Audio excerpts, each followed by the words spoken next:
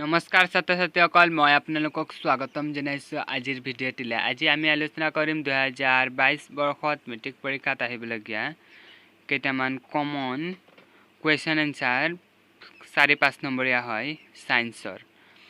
তো আহক সময় নোলোৱাকৈ ভিডিঅ'টো আৰম্ভ কৰোঁ।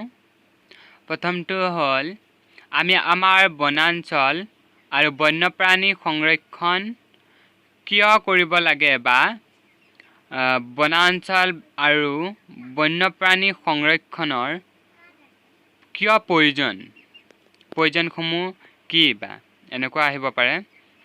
তেতিয়া এনসাৰ হ'ব আমি আমাৰ বনাঞ্চল আৰু বন্যপ্ৰাণীৰ সংৰক্ষণ কৰা প্ৰয়োজনীয়তাসমূহ হ'ল 1 নম্বৰ পইণ্টত হ'ল বনাঞ্চলসমূহ হ'ল জীৱ বৈচিত্ৰ্যৰ ভঁৰাল।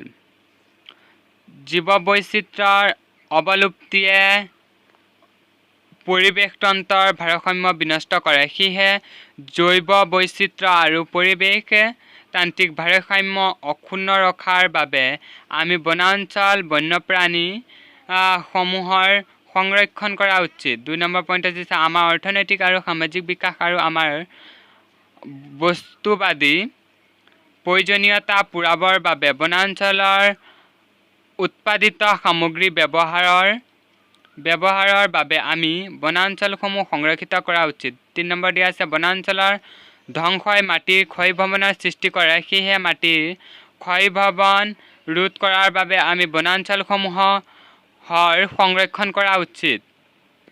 আৰু 4 নম্বৰ দিয়া আছে আমি বনাঞ্চলসমূহ সংৰক্ষিত কৰা উচিত কাৰণ বনাঞ্চলসমূহে ভূগৰ্ভস্থ পানীৰ স্তৰ অৱনমিত হোৱা বাধা দিয়ে। তাৰপিছত 2 নম্বৰ কুৱেশ্যনটো হ'ল বহনক্ষম ব্যৱস্থাপনা কাক বোলে।